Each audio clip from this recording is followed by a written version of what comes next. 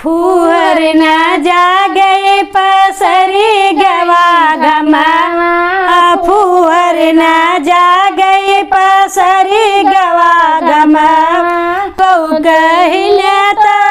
मोर माए जग कहिले त मोर माए आग लगे कमवा जर पर खना आग लगे कमवा बजर पर खना फुहर न जागे पसरी गवे गमवा अंगना बाहर भीतर बाहर अंगना बाहर भीतर बाहर ये कूड़ा लगाई रसोईया के कोना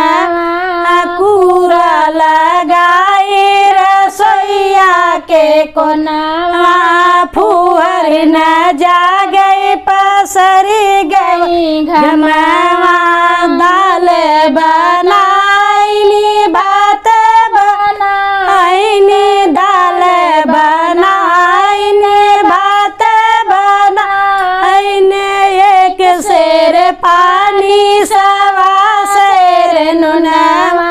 एक सेर पानी सवा सेर नुनवा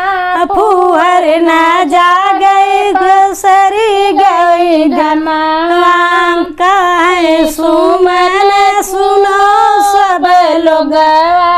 कहे सुमन सुनो सब लोग फुहर के देखो यही है लक्षण फुहर के देखो यही है लक्षण फुहर न जागे